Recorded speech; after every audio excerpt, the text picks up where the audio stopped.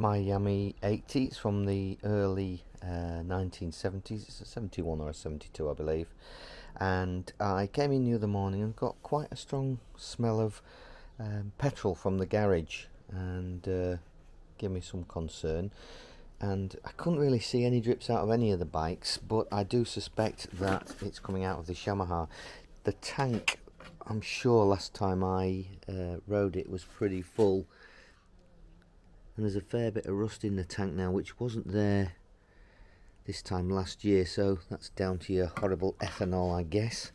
So I decided to drain the tank and make sure that this was okay, and I'm going to use some Rustbuster seal kit on it. So I took the pipe off to drain the tank, and I know that there's fuel in there because I've shaken it.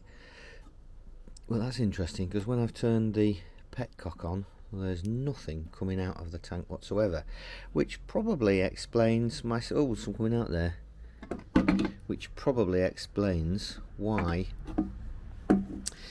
this bike hasn't been running too well. It keeps cutting out on me when then you leave it a few minutes and it starts again, so almost certainly that filter's blocked. So this tank needs sorting, so I'll start on that. To get the tank off, I'm pretty sure that the seat's got to come off, but it's not a quick release system. It's actually held on by two bolts, one on each side. They're different, so the seat's been off at some stage. Although this bike is very, very good in the sense that it's got most of the original parts on it that I can see, but these would not move, so I've resorted to this product, which is WD-40 Specialist Fast Release Penetrant, which I guess is like the product I mostly use, which is Plus Gas A.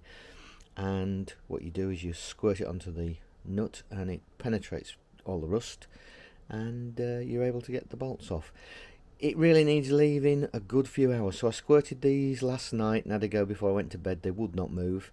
I sprayed them again just before I went to bed, and this morning I've come down and they've come undone fairly easily, so that product's worked really well. As good as Plus Gas A is from what I can see on this one use. So I'll take this seat off now. I have to say, this is not an ideal working environment, but as I've still got the Honda on the bench, I'm going to put some new rubbers into the airbox. You can look at my other video to see that one, and I'm going to give it a service and an oil change as well. I was going to take this outside, but it's absolutely freezing, and even after I've gone and done this carport roof with loads of lighting so I can work outside, I'm not going to, because as I say, it's cold and horrible today. Sometimes I wonder if there's people in Spain who watch a television program called A Place in the Rain and Cold. But anyway, I found out that this seat has two extra bolts underneath the seat here that bolt to the frame and a bracket, which is a bit of a pain, and I guess that would be pretty hard work if you were out on the road not to take the seat off. But anyway, I'm going to take those off now, and hopefully the seat will come off. Right, so there we go. The seat is off with those two extra bolts.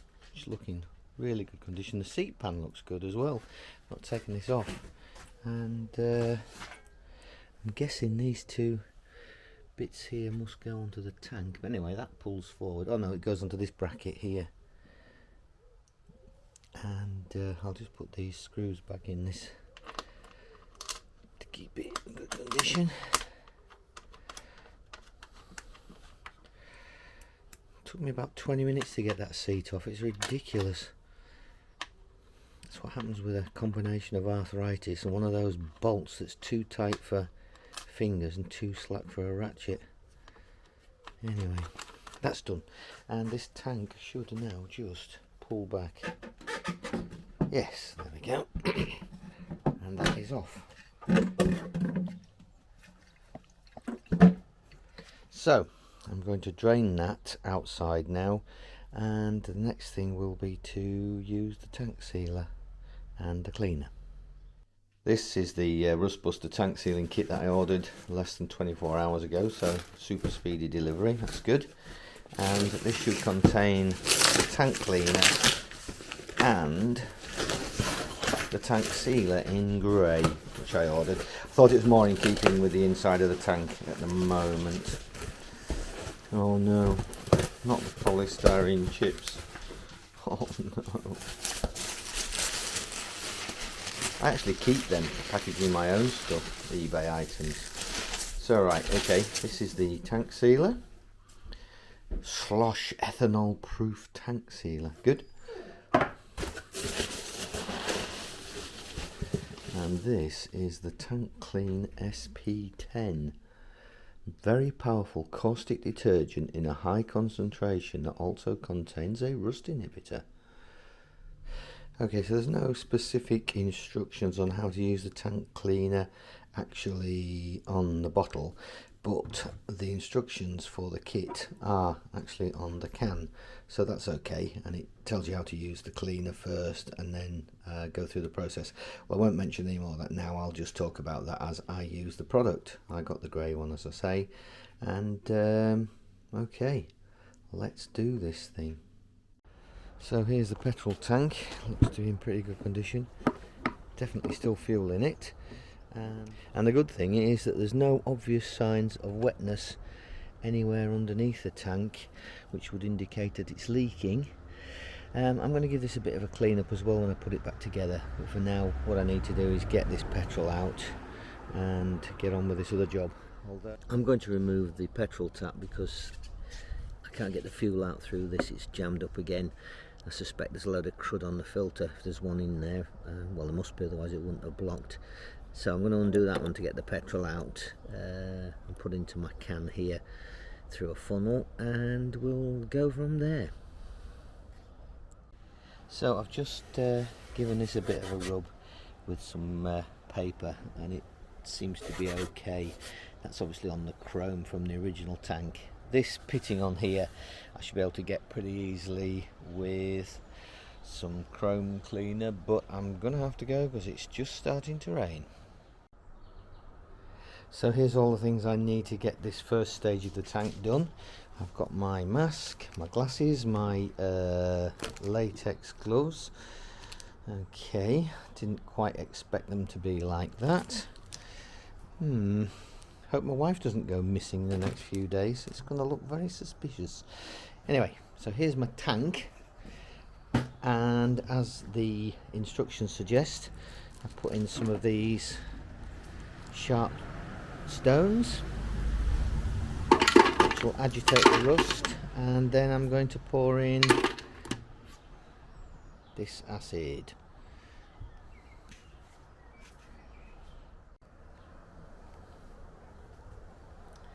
I've just used the fingers of an old latex glove to seal off this bottom bit. So there's one gone in and wrapped around, and then this one, second one's gone over the top, and then I will take that off before I start sealing.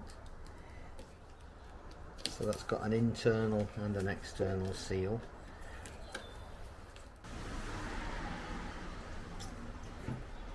So here we go. With the chemical.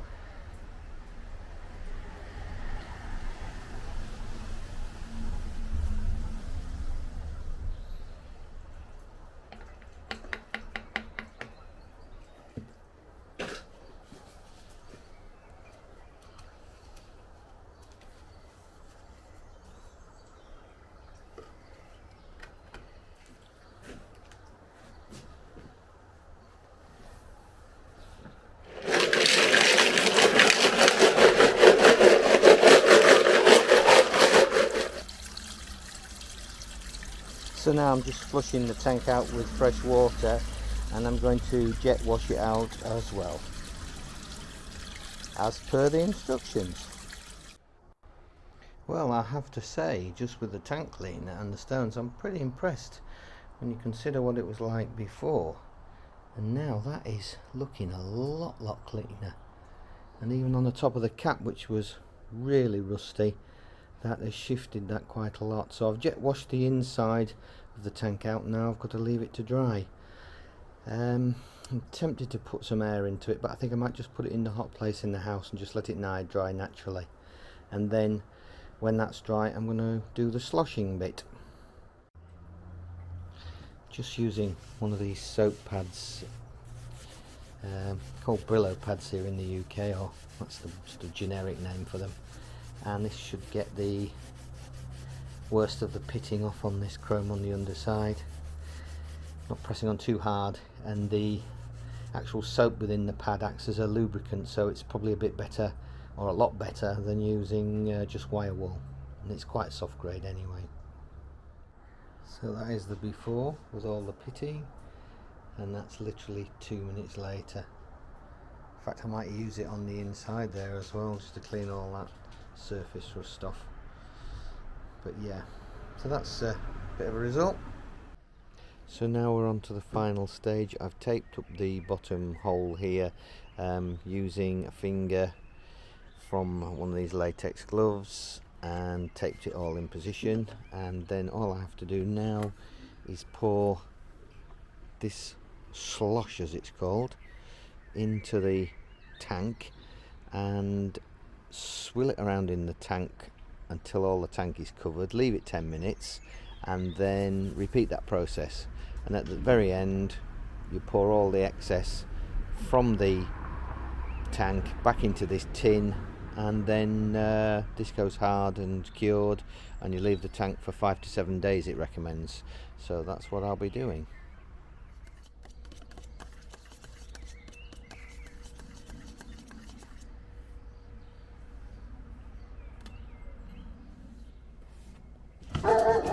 Hey, hey! No.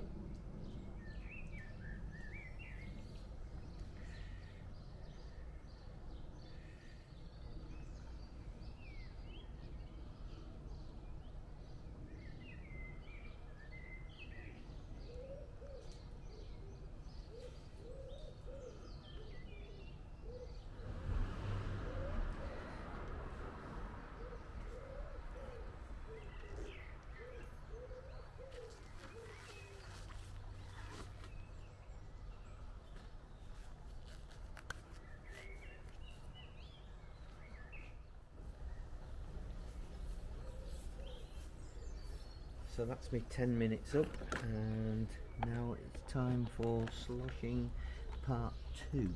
Seems to be sticking pretty well to the tank from what I can see, and hopefully this will really get it.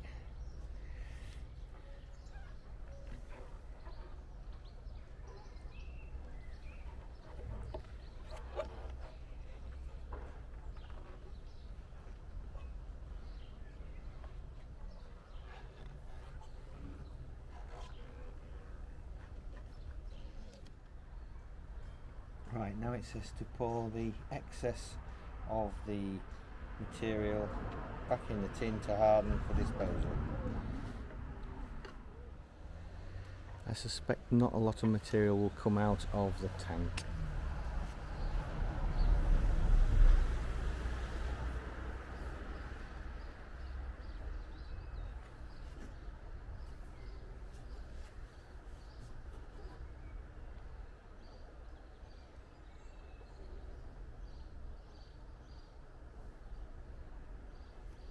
Actually, a lot more than I thought. If I'd have known, I would have probably done 2 tanks at one point, but that's a bit annoying. Never mind. So I finished putting the Yamaha back together, little Yamaha 80. The tank slosh stuff's in there. It's full of fuel. The tank's not leaking, which is absolutely excellent. But now just time to start it up. The battery's completely flat, but it doesn't really matter with these because they kick off without the battery. I've no choke on because I've actually started it recently, but it's running great. How about that then?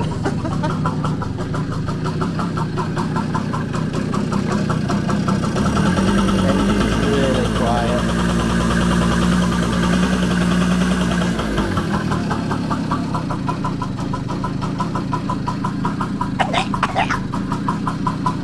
Have to sort that smoking out. It actually disappears after a few minutes, that.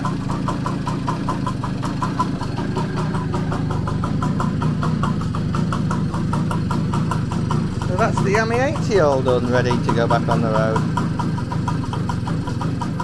Well, so after having used that, I would give that a 4.5 stars out of 5 rating. The product worked fine, ease of use pretty good, and it was delivered very, very quickly. Only long term will tell if it's been 100% successful, but I suspect it will. The link for Rustbuster will be in the description at the bottom, and just to let you know, I have no affiliation with that company whatsoever. It just happens to be a product that was recommended to me. So it just leaves me to thank you for watching this video, and if you like other videos like this, I have 2 other YouTube channels, one called Jacko Fall, which is just general nonsense I get up to, and the other one is about our Narrowboat, which is called Narrowboat, Hireboat, Shareboat, with links in the description. Don't forget to like and subscribe, as they always say.